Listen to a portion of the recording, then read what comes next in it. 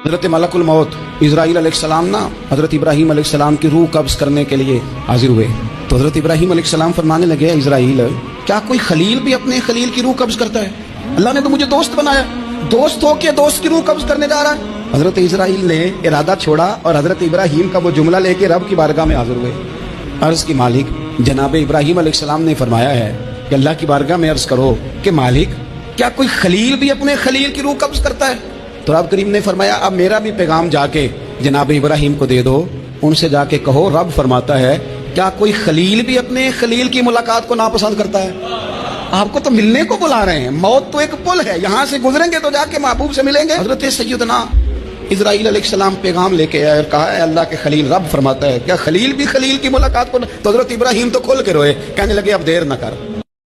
इमाम हसन रदी अल्लाह तआला अन्हु फरमाते हैं, इमाम हसन ने कोई लंबा वक्त नहीं अपनी वालिदा के साथ गुजारा, छोटे थे तो सैयदा फातिमा ज़हरा रदी अल्लाह तआला अन्हा विसाल कर गईं।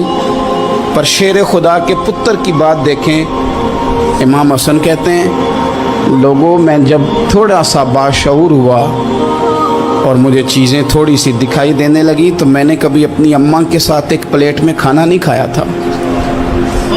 हुजूर सारी दुनिया खाती है तो आपने क्यों नहीं खाया? तो फरमाते डर लगता था कि कहीं ऐसा ना हो कि जिस लुकमे की तरफ मेरी माँ अपना हाथ बढ़ाए कहीं मैं ना उठा लूँ, बेअदबी ना हो जाए। डर लगता था। मैंने यहाँ तक भी ना, क्योंकि माँ तो माँ होती है, मैंने यहाँ तक भी माँ का एहतराम किया। मेरे नबी करीम सल्लल्लाहु तआला अलैहि वसल्लम फरमाते हैं लोगों अल्लाह तुम्हारी सारी दुआएं कबूल करता है, लेकिन उसके 3 तरीके हैं। या तो जो तुम मांग रहे होते हो रब वही तुम्हें अता कर देता है, या वो तुम्हारे हक में बेहतर नहीं होता जो तुम मांग रहे हो। या तो जो तुमने मांगा है तुम्हारा रब तुम्हें वही दे देता है, या वो तुम्हारे हक में बेहतर नहीं होता तो अल्लाह उसके बदले तुम्हें कोई और चीज़ दे देता है।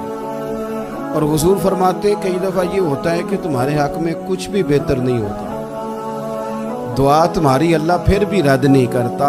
तीसरी सूरत में रब तुम्हारी दुआएं ज़ख़ीरा कर लेता है और उन दुआओं के बदले अल्लाह क़यामत में तुम्हें अजर अता फरमा देगा। लोगों से डरना, लोगों की तरफ देखना, माहौल देख के अपने राह का तयन करना, हर बंदे के ख्यालात के मुताबिक ढलने की कोशिश करना, फलाना ना नाराज हो जाए, फलाना ना नाराज हो जाए, और जिसने होना हो जाए, बस रब रसूल नाराज ना हो। अपनी जिंदगी में अपने मालिक को मौला जान के, बलिल्लाहु मौलाकुम, अल्लाह तुम्हारा मौला है, वहुवा खैरुन नासिरीन, को बेहतरीन मददगार है।